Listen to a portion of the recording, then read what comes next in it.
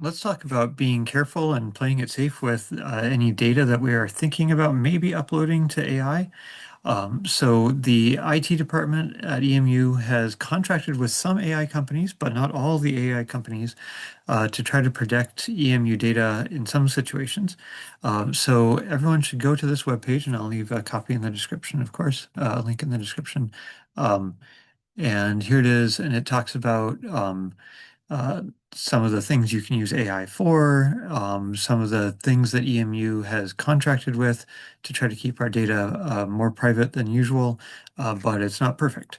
Um, it's saying don't upload any EMU sensitive data to any AI tool that you yourself have paid like $20 a month or whatever for a subscription to. That's not going to be a big deal in our class because we won't be dealing with sensitive data for the most part. So this is not saying don't use chatbots that you've like ChatGPT or Gemini that you have just been using with your own account. You can keep doing that for this class as long as you're not using any EMU sensitive data. So you should definitely read this entire web page carefully. Um, and it says, like, even if you did have sensitive data, some of it you are allowed to upload to these approved tools.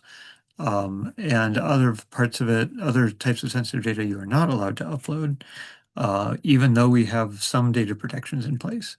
The good news is that because those specific tools are licensed by the university, those companies promise to not use any data that we upload or any chats that we have to train any AI that would be announced in a future release. That's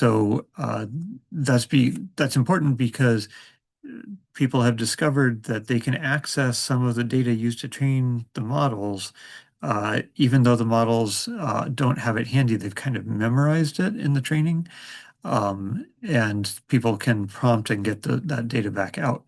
But just because a company promises to not use the data to train their AI, that doesn't mean the data is perfectly safe. For example, someone might do a cyber attack on the company and get into their data storage place where the chats are stored. Or if there's a lawsuit, a judge can order something called a subpoena, which is spelled a funny way. We could say the data got subpoenaed, so it had to be turned over to the court or to the other attorneys. And even if you had private data uploaded that wasn't actually relevant to whatever court case, it could still end up being part of the big data request.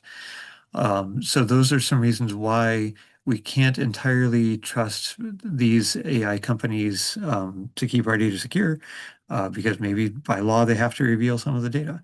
Um, and there are some laws like FERPA is about higher education or any education records, and HIPAA is about healthcare data, and those require extra certification for safe data storage.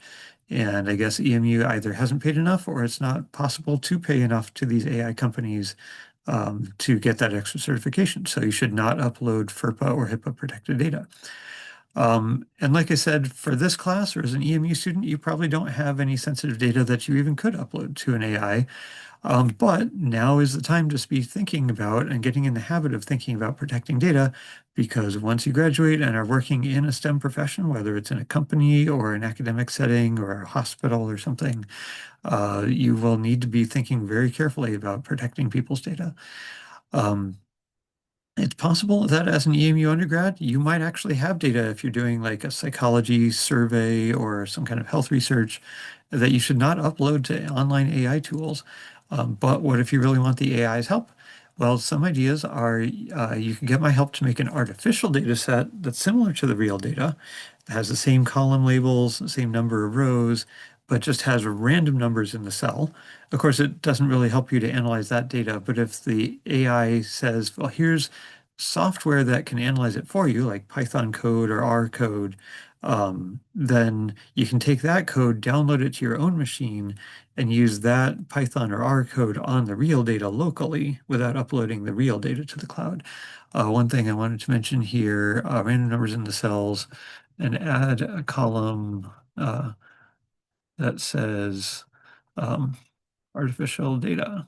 We don't want to accidentally give the impression that any artificial data we have accident actually came from real data. So we should always flag it to say, hey, this is artificial data.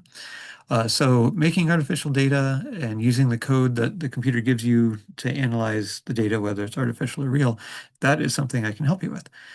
Another way to do it is to download AI tools and use them locally on your own computer rather than uploading your data to the cloud. This is harder. I've never done it. There's probably some faculty at Eastern who could help us with it.